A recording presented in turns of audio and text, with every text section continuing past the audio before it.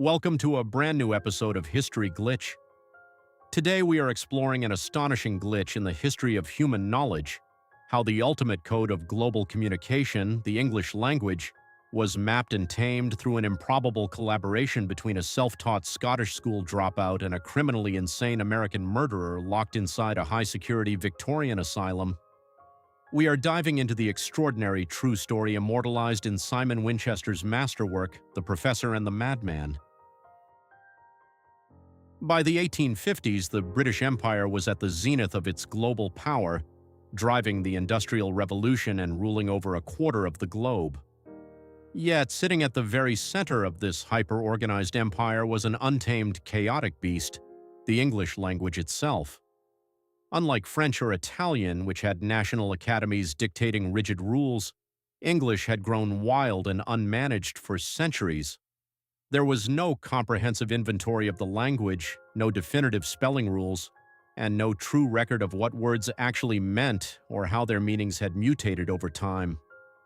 The language lacked a foundational source code. In 1857, the London Philological Society decided this system failure could no longer be ignored. They proposed a project of breathtaking ambition. They would build a completely new kind of dictionary. It would not be a mere word list, but a complete historical biography of every single word in the English language from the year 1150 onward. They calculated that they could finish this project in about 4 years, producing a neat 4-volume set. It was one of the greatest miscalculations in academic history.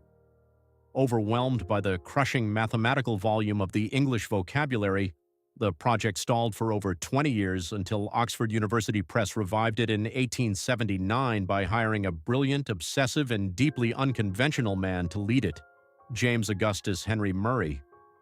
Born in a small Scottish village, Murray had been forced to leave school at 14 because his family couldn't afford tuition. Yet he possessed a once-in-a-generation linguistic genius, self-mastering dozens of languages from ancient Greek to Arabic and Sanskrit. Murray moved to Oxford and built a sunken corrugated iron shed in his backyard to serve as the project's headquarters, dubbing this freezing shack the scriptorium. Fitted with wooden bookshelves and thousands of pigeonholes, Murray immediately realized that a handful of scholars couldn't possibly read millions of books to find historical quotations for every word ever written. So, he executed a brilliant social engineering hack. He launched one of the first and largest crowdsourcing initiatives in human history.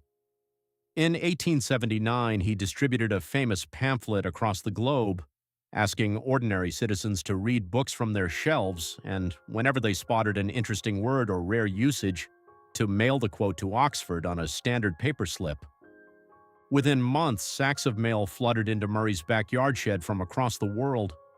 But amidst the chaotic millions of slips, one volunteer stood head and shoulders above the rest. Around 1880, packets of meticulously written slips began arriving signed simply W.C. Minor, Crowthorne, Berkshire. His handwriting was elegant and his citations mathematically precise. More importantly, Minor had developed an ingenious methodology. Instead of just sending random quotes, he created a complete alphabetical master index of every word in every book he read, effectively building a manual search engine. When Murray's team struggled to find a quote for a tricky word, Minor could instantly consult his personal index and dispatch the perfect slip by return mail. To James Murray, W.C. Minor was a godsend, easily the dictionary's most valuable contributor, supplying thousands of slips that filled critical gaps in the alphabet.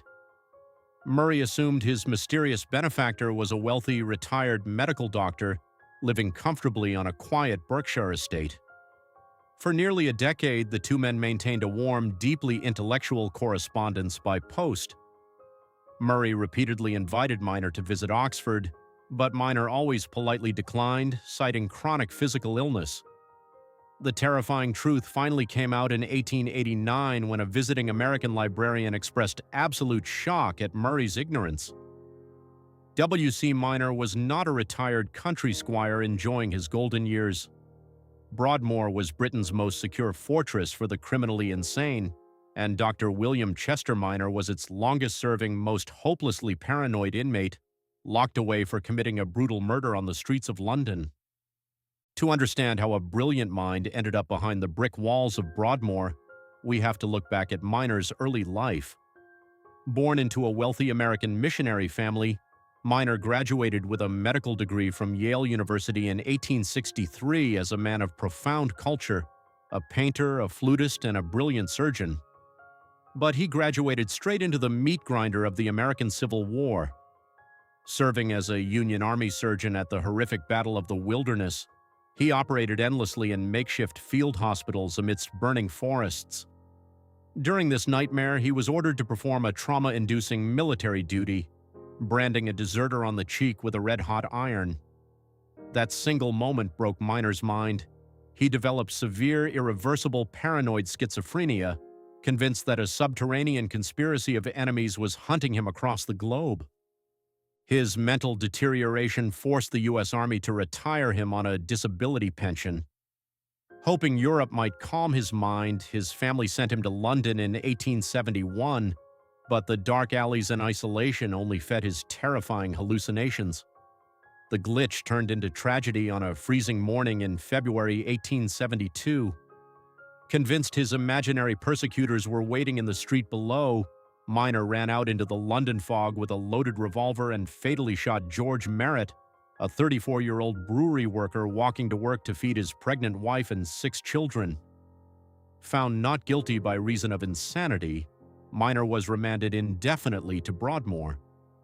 Because of his American citizenship, high social standing, and military pension, he was assigned 2 adjoining cells, which he converted into a magnificent library filled with hundreds of rare antiquarian books. Yet at night, he remained trapped in a relentless waking nightmare of paranoia. That was Minor's life when James Murray's appeal for dictionary volunteers found its way into his hands. For Minor, that piece of paper was a lifeline thrown into a raging sea of madness. The dictionary gave his tortured mind the one thing it desperately needed: absolute mathematical structure. When Minor sat at his desk hunting for word origins, the voices in his head finally went silent. For up to 10 hours a day, his paranoid delusions vanished, replaced by the rigorous discipline of lexicography. He wasn't just building a dictionary, he was using the architecture of language to build a fortress against his own schizophrenia. When Murray discovered the truth in 1889, he did not sever contact. Driven by deep empathy and academic gratitude, Murray took a train to Crowthorne, walked through the heavy iron gates of Broadmoor, and requested a face-to-face meeting with a convicted murderer. He found a frail, aristocratically dressed gentleman standing among towers of books. The 2 men sat down and instantly resumed the conversation they had been conducting by mail for a decade. A profound brotherhood forged in the fires of an intellectual glitch was born. For the next 20 years, Murray visited Broadmoor regularly. Whenever he faced an impossible linguistic puzzle in Oxford, he would send a note to cell block 2, and days later, the solution would arrive. By the time the project reached the letter C, Minor had supplied over 12,000 precise quotations, defining foundational words like art, craft, count, color, and blood. In one of the most remarkable subplots of this tragedy, Minor used his military pension to anonymously support George Merritt's impoverished widow Eliza and her 6 children. When Eliza eventually learned who was sending the money, she responded with extraordinary human forgiveness, traveling to Broadmoor to visit the man who had killed her husband. She forgave him and for several years even acted as his personal book courier, bringing rare volumes from London shops directly to his cell. Years later, as Minor's schizophrenia deepened into self-harm, a devastated Murray launched a relentless campaign for his friend's release. In 1910, after 38 years of incarceration, Home Secretary Winston Churchill signed an order releasing Dr. Minor on the condition that he be deported to the United States, where Murray continued to send him letters to the very end. James Murray died in Oxford in 1915, surrounded by paper slips in his scriptorium, having only reached the letter T. William Chester Minor survived his beloved professor by 5 years, dying quietly in an American hospital in 1920. Neither man lived to see the completion of their monumental dream. When the final 12-volume Oxford English Dictionary was published in 1928, 71 years after it was promised in 4, it contained over 414,000 words and nearly 2 million quotations.